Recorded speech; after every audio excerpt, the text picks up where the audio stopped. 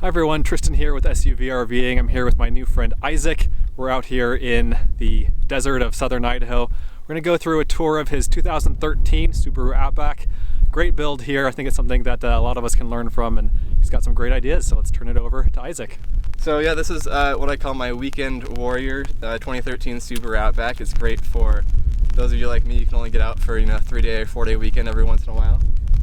So easy build for the back of a Subaru Outback. So right here, you got the bed platform. This is just like a 3-inch memory foam mattress, basic sheets go on top of it, and a basic blanket.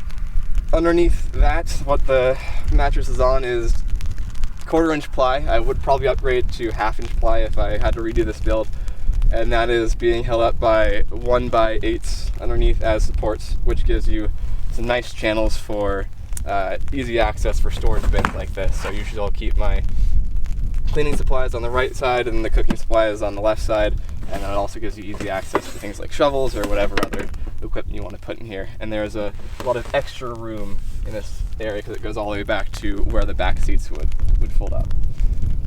So on top of that platform I have AstroTurf, basic cheap AstroTurf from Home Depot. I know a lot of people use carpet for this, but I have a husky, as you can tell by all this hair down here, so all that hair would get stuck onto that carpet really easily and never come off if I use carpet. So AstroTurf is pretty easy to clean. It's a bit more waterproof and won't smell as bad if you have a wet dog in your car. So all you have to do is take a shop vac to it at home, and pretty easy to clean it off.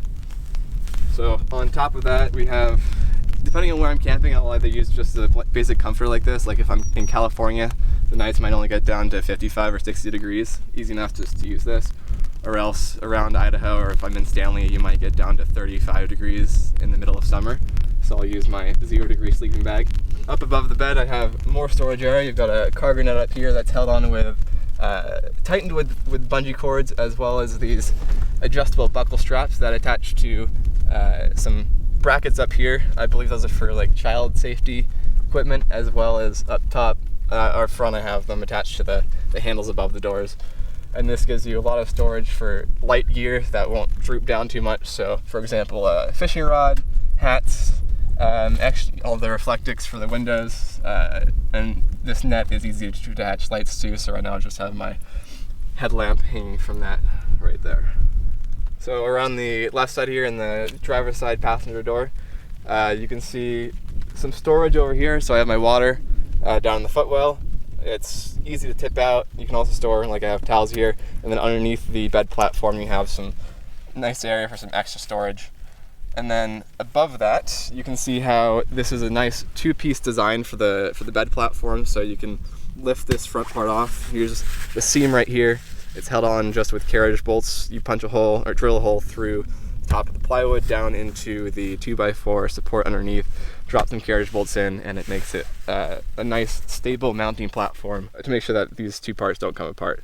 But it's also nice to easily just pop out those carriage bolts, lift up this back platform, and it folds up and over into the back half of the trunk, so you can lift the seats up. And for me, since I have a dog, she prefers to sit on the seats rather than on this when we're traveling.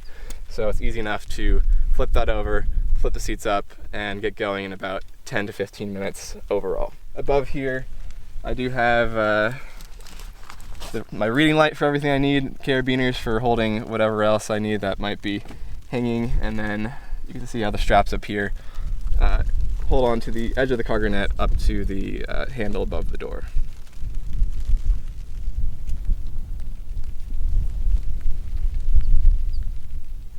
And then on the passenger side rear door, you can see you have more footwell storage. Right now I've got my camping chair there, and then of course still more storage underneath the bed platform here. And as more supports, you have a 2x6 holding up this area, or else this plywood would definitely dip a little bit. And then because this is a bit of an uneven surface right here where the Subaru seats have this little lip right here, we've got a 2x4 nailed into the bed platform to keep this stable as well. And one easy addition that someone can make to this is making this hinged. If someone's a bit taller, I'm 5'10", I fit in this car pretty perfectly with the front seats at a normal level. You can make this hinge to fold out more if you push the front seats forward.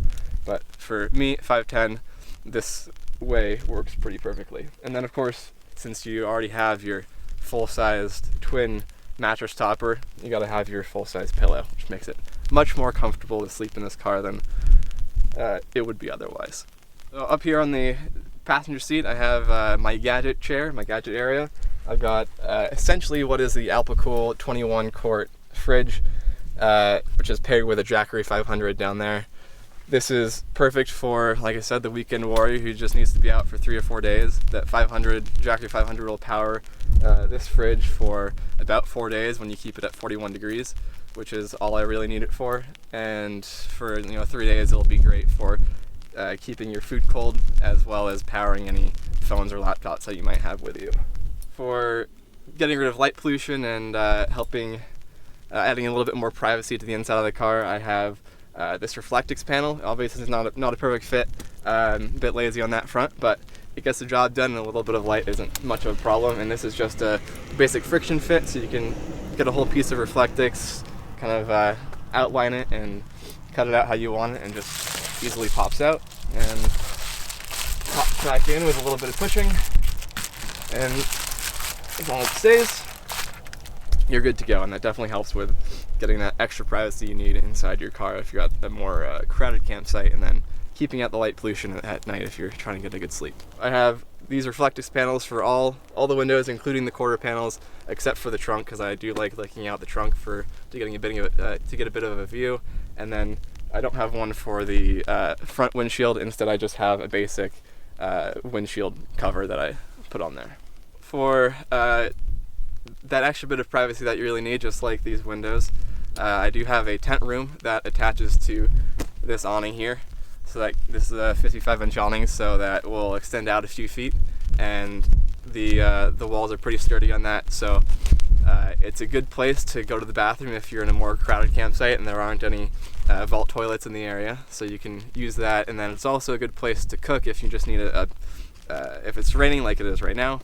It's a good place to get out of the wind, out of the rain, and get your cooking set up inside the tent room. And for anything like smells and all that, you can roll up the outer walls to have mesh inner walls to allow more airflow to get any smells out, which is pretty nice. I don't have a toilet yet, but I am planning on building one out of a basic camp stool, so that should be easy to pack in and pack out and put in the tent room. So this awning is a fairly nice 55-inch awning made by CVT, or Cascadia Vehicle Tents. I bought this one because most of the awnings that I see on the market are primarily for trucks. There aren't really any awnings that are marketed towards people that drive SUVs or hatchbacks like this.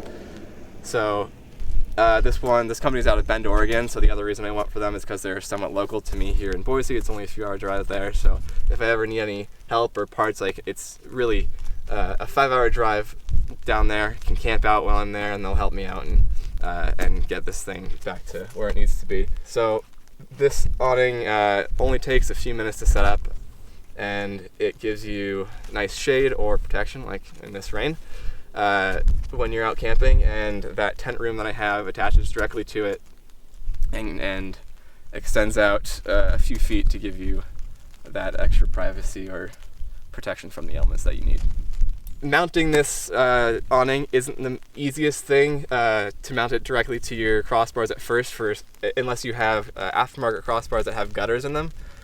These use an L bracket that come with the awning straight from CVT. And they come with the bolts and hardware, but you might need to get longer bolts like I did for mine. For this one in particular, because I own the vehicle, I trust my handiwork. I drilled 2 holes into each crossbar to mount bolts and locking nuts, which, as you can see, doing that, it's really sturdy. It moves the car if I do that. And it's been working out pretty well. And mounting the L brackets to the car only takes about 3 or 4 minutes total, and then mounting the awning to the L brackets takes another 2 minutes total. And what's nice about these CVT tents is that they do give you ratcheting wrenches to make the job much easier, so you don't have to get any extra hardware yourself.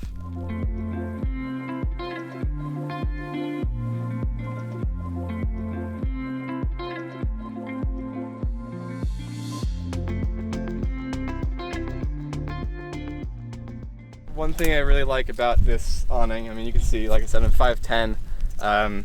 It does tilt up a bit when it's connected to a lower vehicle like an Outback, but I still have headroom totally standing up in here. And back here, because it could get dark, you have a light strip that runs across. You just connect it from this little plug down to any 12-volt power pack. So like I would connect it to my jack, or you can connect it directly to your car if you have that sort of auxiliary power with your car. This whole thing took about 2.5 minutes to set up, so really no time at all. And as you can see, it's a little bit windy out here. There's not much movement going on even without the guy lines, which do come with the tent. You just connect them to these straps right here. And connecting the tent room is a fairly simple process. It's just a little bit lengthy getting the walls and the zippers lined up correctly. So you just connect the ceiling, kind of connects how these straps connect right here, just loops over these bars up top here and goes all the way around. Zip it up on this edge, zip it up a second time on this edge, connect it to the car, and then at that point you just kind of lay it all out and zip the bottom, the thick bottom piece to the walls, and then from there you can just unzip the wall to the car, and then you can easily just get into the car through one of the doors in the tent room. So as far as the whole setup goes, I've only been using it for a year and a half or so, but I am pretty pleased with it. It's always evolving, never finished. So my two most recent purchases were this awning and the tent room, and I think I will keep continuing to add things to it as I see what works and what doesn't work. So I think what I would change at first, like I mentioned before, is instead of using 1/4-inch ply for the bed platform, I would use 1/2-inch ply to make it a bit more sturdy and stiff, especially with me sleeping on there, but with myself and my dog. Definitely add some weight to it, so 1/2-inch ply would definitely be better there. I might add rooftop storage, get a cargo box for the rooftop, or a cargo basket to store more stuff. Like if I'm doing these Outbacks don't always have room for a full-size spare tire, and especially when you have the bed platform on top of the spare tire well, it doesn't really allow you that much ease of access. If you're going off-road, maybe you pop a tire on a rock or something like that, it's not the most fun thing to have to take everything out of the car just to get your spare tire out. And then if you have a rooftop box, you can definitely put a full-size spare tire up there. I think the things I like the most so far are being able to have like a full-size or full twin-size memory foam mattress topper in the car to sleep on. It's definitely much more comfortable sleeping in a car like that than a tent. And then also with this Outback, it has very good soundproofing. So if you are in a more crowded campsite, or maybe there's just one campsite that's just particularly loud, or dogs barking or something like that, I really do not hear anything when I'm inside this car, and you definitely have that feeling of privacy while still being around some people if you're in the woods like that. But this to me seems, so far, it's on its way to being a perfect weekend warrior camping rig for the general person.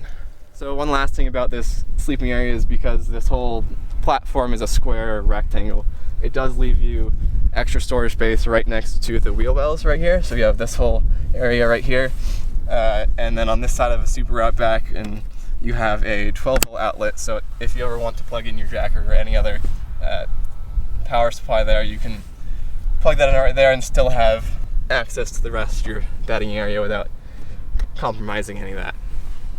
So if you're not looking to build one yourself, you want something a little bit nicer than just a rig in the back of an Outback, feel free to check out my friend Colton Ankony's channel, where he does his own van builds called Ankony Van Builds. Find them on YouTube or Instagram. He's also selling his van builds as well, so he just sold his first one the other day, so congrats to him. But if you'd like to check out his channel and see what he does, feel free to stop by Ankony Van Builds and check out a cool Sprinter van build. Well, Isaac, thank you for sharing your rig with the world. Really fun setup in here. Again, I think this is something that most people can do in their SUVs and their hatchbacks. Not a super complicated build, but one that is super effective. And you travel around all around Idaho and beyond, and it works well for you. Definitely, it does. Thank you guys for watching. If you have any questions, leave them in the comments below and we'll be going through there. And if you have an SUV that you would like to see featured on the channel here and share with the world, go to suvrving.com, use the contact form there to get in touch, and sooner or later I'll be through wherever you live, I'm sure, and we can get that all set up. So thanks again for watching, and thanks again, Isaac, for sharing your Outback, and we'll see you guys in the next one. Be sure to check out Adventure Know-How, my new site, where you can gain access to a map of all of my free campsites, plus monthly bonus videos that you won't find anywhere else. Learn more at adventureknowhow.com. And for links to everything else SUV RVing related, visit suvrving.com. Links to these sites and more will be in the video description.